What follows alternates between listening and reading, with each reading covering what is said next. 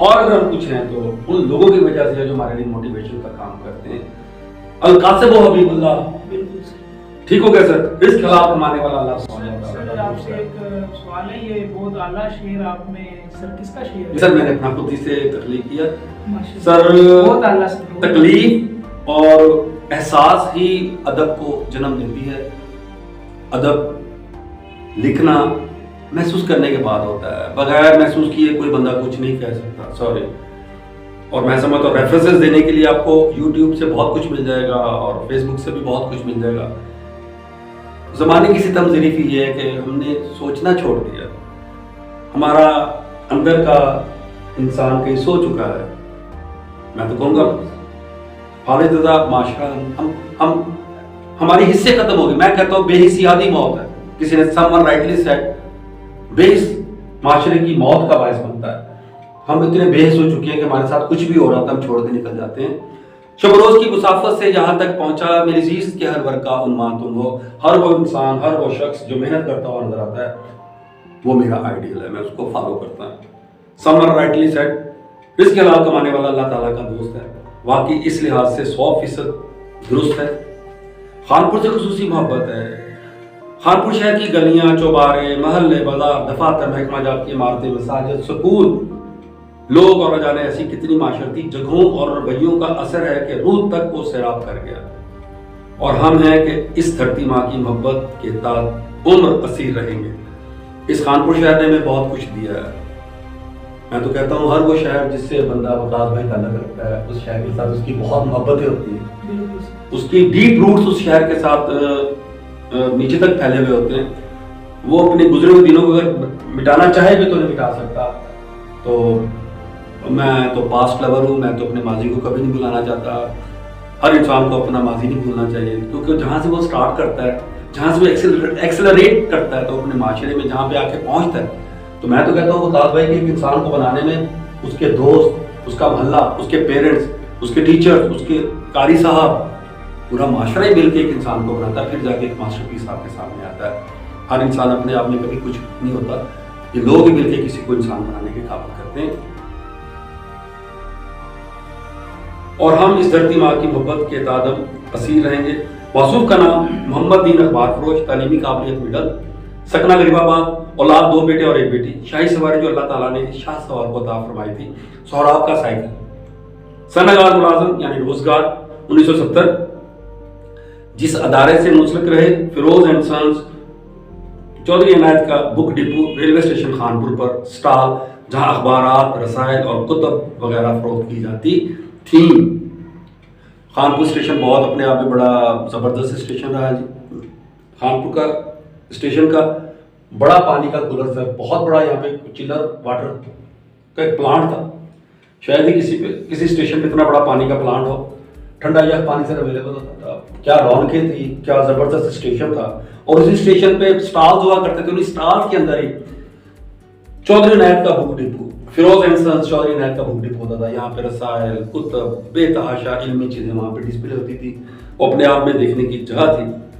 آگے میں اپنے افسانے کو جاری رکھتا ہوں. شارٹ سٹوری کا ادب کو ایک دم ذبح نہیں کیا گیا بلکہ رفتہ رفتہ قربان کیا گیا.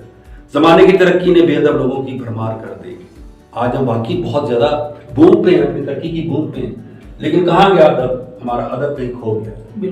ہمارے پاس اب کچھ بھی نہیں رہا. ہماری محفلیں ختم ہو گئی, ہماری باتیں ختم ہو گئی, ہمارے ادبی مکالمے ختم ہو گئے, ڈائلاگس ختم ہو گئے, ہمارے مشاعرے ختم ہو گئے. ہمارے پاس کچھ بھی نہیں بچا.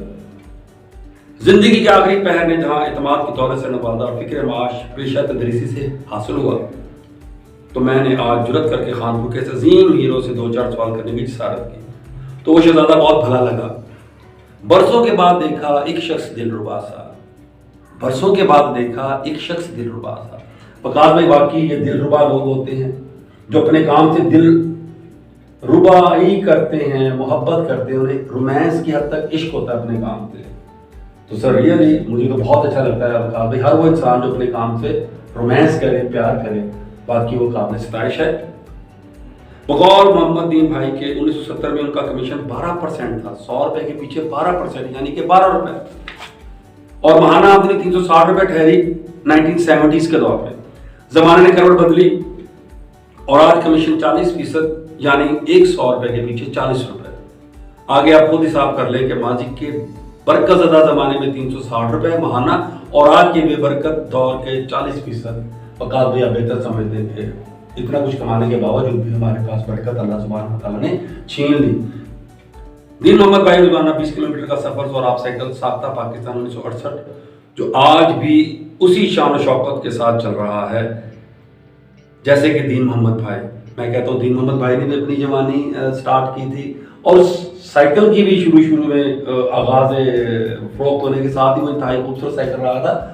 تو وہ دونوں اپنی عمر کے اس حصے میں پہنچنے کے باوجود ابھی تک بھی رواں دواں ہیں. وہ سائیکل بھی چل رہا ہے اور دین محمد بھائی بھی 65 سال کی عمر میں ابھی تک چل رہے ہیں.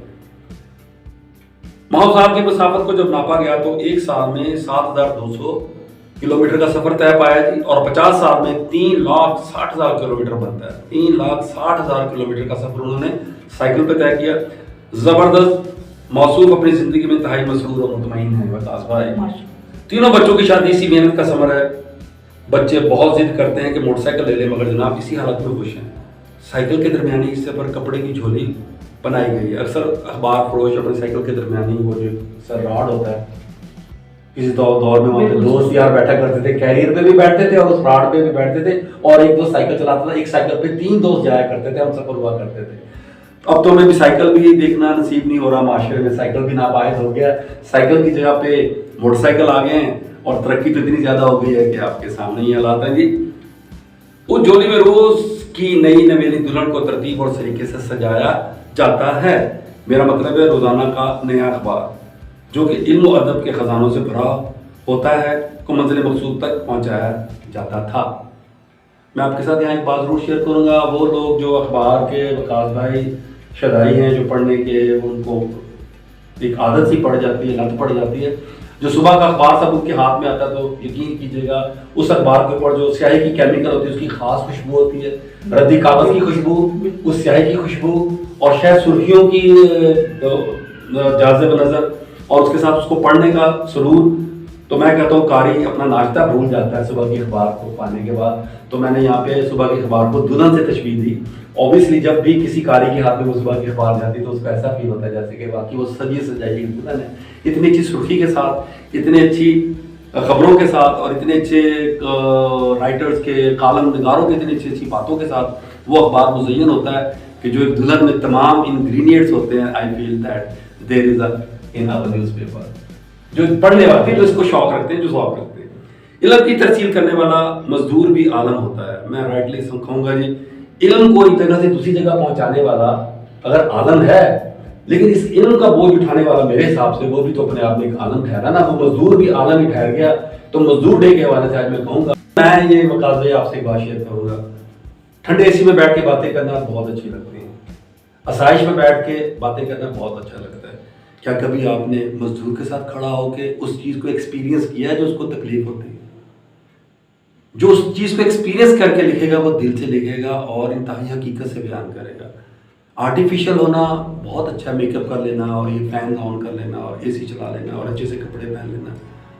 ہمیں اپنے اثر میں جا کے دیکھنا, ڈھونڈنا ہے. ہمیں اس مزدور کی حدت کو محسوس کرنا ہے, اس تندوری کی نان بائی کی گرمی کو محسوس کرنا ہے.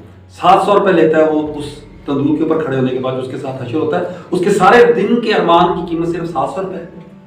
میں اس جمع دار کو سلیوٹ کروں گا, واقعی سلیوٹ کروں گا. صبح سے شام تک ہمارے معاشرے کی پیشانی کو دھوتا ہے, صاف کرتا ہے اور ہمیں اس قابل کرتا ہے کہ ہم کاٹن کے سوٹ پہن کر 2 پیس 3 پیس پہن کے اس جگہ کے اوپر چلیں اور بڑی آنر فیل کرتے ہیں کہ وی آر ویری نائس. وہ سراؤنڈنگ جو وہ ہمارے لیے بنا کے دیتا ہے, میں کہتا ہوں میں اس کو سلیوٹ کروں گا, اس جمع دار کو سلیوٹ کروں گا. اور وقاص بھائی ہماری سوچ کہیں چھوٹی پڑ جاتی, کبھی کام چھوٹا نہیں ہوتا اور غور سے اللہ رسول کا واسطہ ہم کام کو چھوٹا کر دیتے ہیں اور جہاں کام کر رہا ہوتا چھوٹا کام اس کو بھی ہم چھوٹا ہی بنا دیتے ہیں. کیا موچی کی وہ سٹیچز آپ خود کر لیں گے؟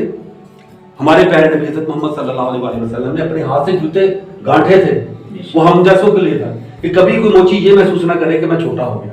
ہمیں عزت دینے کے لیے آقا نے وہ کام کیا. ہمیں عزت دینے کے لیے نبی پاک صلی اللہ علیہ وسلم نے گھر میں جھاڑو لگائی. ہمیں لیسن دینے کے لیے نبی پاک صلی اللہ علیہ وسلم نے گھر کے کام کیے اور ہمیں وہ سبق دینے کے لیے نبی پاک صلی اللہ علیہ وسلم نے پیمند لگایا. تو برائے مہربانی اپنے معاشرے کے جو زندہ آبجیکٹس ہیں ان کو کبھی آپ لوگ انڈر اسٹیمیٹ نہ کیا کریں. یہ دھوبی, یہ نائی, یہ درزی, یہ موچی, یہ کمہار,